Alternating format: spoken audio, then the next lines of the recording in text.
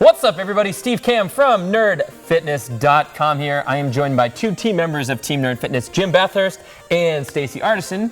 And we're here at Camp Nerd Fitness, and I wanted to shoot a quick video to explain to everybody how to do a proper pull-up. I know it's one of those goals that everybody is trying to work towards, and there are a few key things that you want to think about as you're trying to reach that goal and then string a few of them together. So Jim, what do you see when people do pull-ups? What do they do wrong, and what can they start doing to start doing them right? All right, first off, we'll talk about the difference between chin-up and pull-up. A lot of times people use the terms interchangeably, but actually when we talk about chin-ups, we talk about palms facing your body. Pull-ups are palms facing away. So chin-ups, pull-ups. You got it? Left, right, no, yeah. So why do they call them, why are these chin-ups and why are these pull-ups? You know what? The exercise gods set that up ages ago. Wizard years ago. Yeah. Okay, I was just curious. Probably Jack LaLanne. I have no idea. So. This is the front porch. This is the side porch, and this is the back porch. So chin-ups are facing like this. We'll talk about these first. So for a lot of people, chin-ups are going to be a lot stronger to start off. So I usually see people doing maybe 3 chin-ups for every pull-up they can do. We'll first start off, and we'll have Stacy jump up with our bar in just a sec. We'll talk about the bottom position, okay? Now, I see a lot of people not get a full range of motion. They'll lower down, their elbow will still be bent, their shoulder's just not in a good position like this. So, when we start at the beginning, we want the elbow fully extended, okay? And before we begin that chin up, we want the shoulders pulled away from the ears. So, let's do a couple of those shrugs up and down. So, that's good engagement, that's not good engagement. You want to make sure that the engagement is to hold right there. Yep. Up, there you go. We want to make sure we hold that engagement there before we begin to bend the elbows. You can relax, give your arms a little rest, okay? If we try to pull up like this with the shoulders up by our ears, we're going to have a bad time of it. And we're going to have a bad time. If you look down, you're going to fall, you're going to have a bad time. And the shoulder's going to be out of position. I'll let her relax just a little bit. So that's the first cue, is to make sure we get a full range of motion, elbows are fully extended at the bottom, and then before we start that chin up, get those shoulders engaged down and away from the ears. Once Stacy is ready to pull up, I'll give you a little rest, So, she's so excited to pull up. It's like, just hang there for 5 minutes, yeah. It's gonna be okay.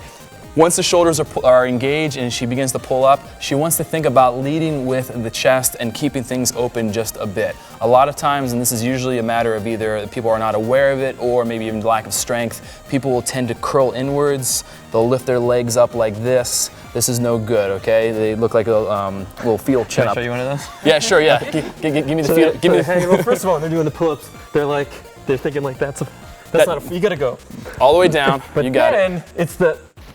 It's the curl up like this.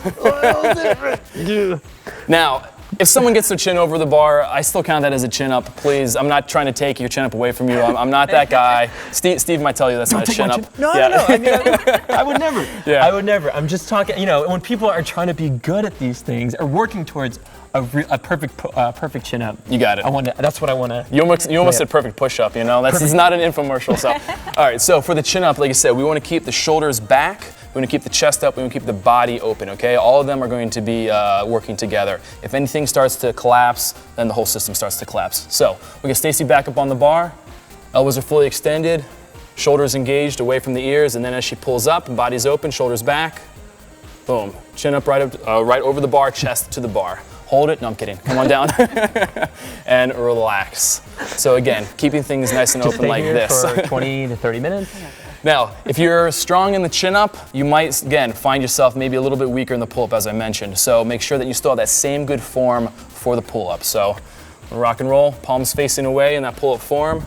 Engage the shoulders, and then big pull-up. Pull. Good one. And come on down. So again, this is a little bit tougher right now. She's also done 1,000 push-ups in the previous take. So if we start to see the shoulders lift up a little bit like this in the chin-up or the pull-up, we can also work ourselves up onto a box with an assisted chin-up or pull-up. So let's pop that box into position. Now, so Stacey will hop on up. We want to make sure we have a box that's high enough so that when she comes over to the bar, her toes are on the box and her chest is on the bar. That's a perfect height. If it's any higher than that, again, we're not going to be able to assist in that full range of motion. Now, it doesn't matter how much weight you're putting on your feet. You might feel like you're putting 100% of it.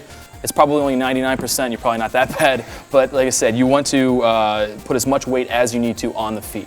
So let's actually start with chin-ups on this one, so palms facing, okay? What Stacey's gonna do, she's gonna get up on her toes, so get up on more of the front part of your toes instead, And then from here, see, if I took a picture of this right now, so get into a nice, good, perfect chin-up form, if you took a snapshot from the waist up, looks like a perfect chin-up. That's exactly what we want, and it's assisted that way. She's then going to lower herself down. Toes are still in the box, okay? We're at the bottom position we talked about. Elbows are fully extended. She's going to engage the shoulders and then use the feet and the arms simultaneously to pull herself up, chin over the bar, chest to bar. Let's go one more time with the assisted chin up.